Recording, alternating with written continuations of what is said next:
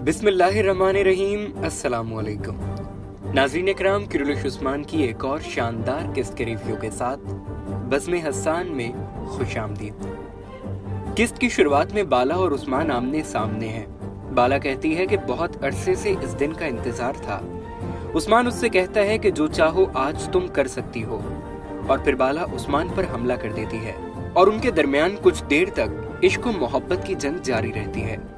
इसी असना में एक सूर खातून शरबत लेकर वहां आ जाती है तो बाला उस्मान से कहती है कि ये एक सूर खातून है, हमारी मुलाकात लंगर खाने में हुई थी। उस्मान एक सूर से शरबत का प्याला लेते हुए कहता है कि सलामत रहे मेरी बहन। इस पर एक सूर और बाला दोनों ही कुछ परेशान हो जाती हैं, क्योंकि बाला तो उस्मान का निकाह एक सूर से कराना चाहती है।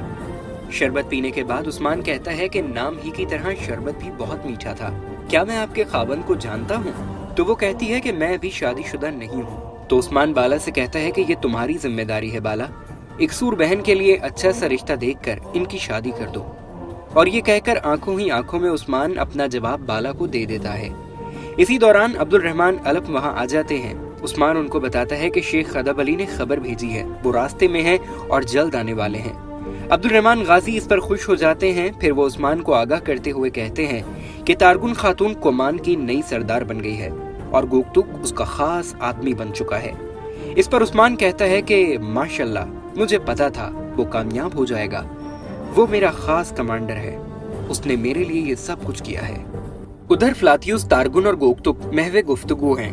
फ्लातियुस उनसे कह रहा है कि तुम दोनों अब उस्मान से इंतकाम के लिए मुत्तहिद हो, लेकिन याद रखो कि रोम की मदद के बगैर ये नामुमकिन होगा। हम तुम्हें सोना देंगे, अपनी फौज देंगे, और इसके बदले तुम हमें क्या दोगे? तो तारगुन कहती है हम तुम्हें सिपाही देंगे। फ्लातियुस कहता है कि ये काफी नहीं होगा, कुछ ऐसा कहो जो इस सोने के बराबर हो। तो गोकतुक कहता है कि हम तुम्हें उस्मान का सर देंगे। इसके बाद तारगुन फ्लातियुस के साथ निकोला से मिलने इनागुल चली जाती है। उधर सरदारी खेमे में उस्मान, साउची, गुंदोज और बामसी बे मौजूद हैं। उस्मान उनको बता रहा है कि तारगुन खातून कुमानों की नई सरदार है और उसने निकोला के साथ मुआहिदा कर लिया है, जल्द या बदेर हम आमने सामने होंगे। इलावजी निकोला ने मंगोलों से भी हमारे खिलाफ मुआहिदा किया है, मगर मेरा मंसूबा भी तैयार है। जिस तरह वो हमारे लिए दुश्मन पैदा कर रहा है, हम भी ऐसा ही करेंगे। फिर वो गुंदूज को मुखातिब करते हुए कहता है कि भाई, आप कोयून हिसार के तैकफूर से मिलें और उससे कहें कि मैं उससे खुफिया तौर पर मिलना चाहता हूँ। दरअसल वो इनागुल किले का तैकफूर बनना चाहता है, पर अब उसे निकोला का मातहत रहकर काम करना पड़ रहा है, लिहाजा हम उसकी इस ख्वाहिश का फायदा उठाएंगे और उसके साथ साथ दीगर कले के तैकफूरों को भी निकोला से बदजन कर देंगे। सभी उसकी बात से मुत्तफिक हो जाते हैं। दोंदार भी कह रहा है कि हम तबाह हो जाएंगे, मैं और मेरी बीवी। आया निकोला कहता है कि अगर आप मेरी तजावीज पर अमल करेंगे तो उस्मान की बेइज्जती होगी और आप सरदारी से करीबतर हो जाएंगे। आपने बस हमें कबीले में दाखिल करना है और जब हम सामने आ जाएंगे तो आप भी सबकी तरह हैरान रह जाइएगा। दोंदार बे उसकी बातों पर गौर कर रहा है। तारगुन खातून आया निकोला से मिलने इनागुल में मौजूद है, जहां वो उससे पूछता है कि गोकतुक तुम्हारे साथ क्या कर रहा है। तो वो कहती है कि वो मेरा खास आदमी है, उसी की बदौलत मैंने सरदारी हासिल की। निकोला कहता है कि इस बात का क्या सबूत है कि वो उस्मान का जासूस नहीं। तो तारगुन कहती है कि उसे एक मौका दो। आया निकोला कहता है जरूर। तो फिर मंसूबा यह है कि फ्लातियुस और गोकतुक कारवान पर हमला करेंगे और तुम तारगुन काई कबीले पर चढ़ाई करके बाला को मार दोगी। तारगुन कहती है ये काम तो मैं बहुत शौक से करूंगी। फिर वो वहां से चली जाती है। निकोला फ्लातियुस को कहता है कि अगर गोकतुक जरा होशियारी दिखाए तो तुम उसका सर उतार देना। उस्मान अपने हुजरे में मौजूद है कि इसी दौरान गुंदूज आकर उसे इत्तला देता है कि कोयून हिसार का तैकफूर आपसे खुफिया मुलाकात के लिए तैयार है। इसी दौरान दाऊद भी वहां आ जाता है। तो उस्मान उनसे कहता है कि कल शेख अदब अली आ रहे हैं, मैं चाहता हूं कि आप उनका इस्तकबाल करें और भाई, उनकी हिफाजत आपकी जिम्मेदारी होगी। फिर वो दोनों वहां से चले जाते हैं। इसी इसना में बाला वहां आती है और उस्मान से कहती है कि मैं आपसे बात करना चाहती हूँ। उस्मान कहता है कि मैं जानता हूँ कि वो बात क्या है, मगर मेरा फैसला ना है। सरदार पैदा करने के लिए सरदार माँ का होना जरूरी है। तुम एक सूर के लिए कोई अच्छा सा रिश्ता तलाश करो और उसकी शादी कर दो। मेरा वारिस किसी सरदार की बेटी से ही पैदा होगा। फ्लातियुस और गोकतुक कारवान पर कामयाब हमला करते हैं, जिसमें एक मौके पर गोकतुक फ्लातियुस की जान बचाता है और यूं उसका गोकतुक पर एतमाद बहाल हो जाता है। बामसी अपने जख्मी हाथ से तलवार पकड़ने की कोशिश करता है, मगर वो नाकाम हो जाता है। इसी दौरान इदरीस, जो कि पोप का जासूस है, वहां आता है और बामसी उससे कहता है कि इदरीस भाई, आपका दिया हुआ मरहम मेरे बहुत काम आया, आप मुझे और मरहम लगा दें। तो इदरीस उससे मरहम की खाली डिबिया दिखाते हुए कहता है कि मरहम खत्म हो गया और इसे बनाने के लिए हमें बाज़ंतीनियों के इलाके से जड़ी बूटियां लाना होंगी। बामसी कहता है कि आप कुछ सिपाही अपने साथ ले जाएं। तो इदरीस कहता है कि इससे आपका राज सबके सामने आ जाएगा। तो बामसी कहता है फिर ठीक है, मैं खुद आपके साथ वहां चलूंगा। उधर उस्मान की कुयून हिसार के तैकफूर से मुलाकात हो रही है। उस्मान उसे 3000 सोने के सिक्कों के एवज घास से भरी हुई जमीनें मांगता है, जिस पर तैकफूर कहता है कि इसका मतलब तुम नए कबीले यहाँ लाकर आबाद करने वाले हो, जिनके बड़े बड़े रेवड़ होंगे और उन्हीं के लिए तुम्हें जमीन चाहिए। इस तरह तो तुम ताकतवर हो जाओगे। उस्मान कहता है कि मेरी दुश्मनी तुमसे नहीं, निकोला से है, और अगर तुम मेरी पेशकश मान लोगे तो मैं तुम्हें इनागोल का तैकफूर बनने में मदद करूंगा।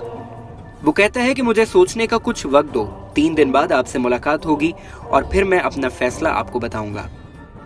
बाला खातून, गोंजा और इकसूर खातून सामान लेकर सौगुद की तरफ बढ़ रही हैं। तारगुन अपने सिपाहियों के हमरा उनकी घात लगाए हुए है और फिर वो उन पर हमला कर देती है।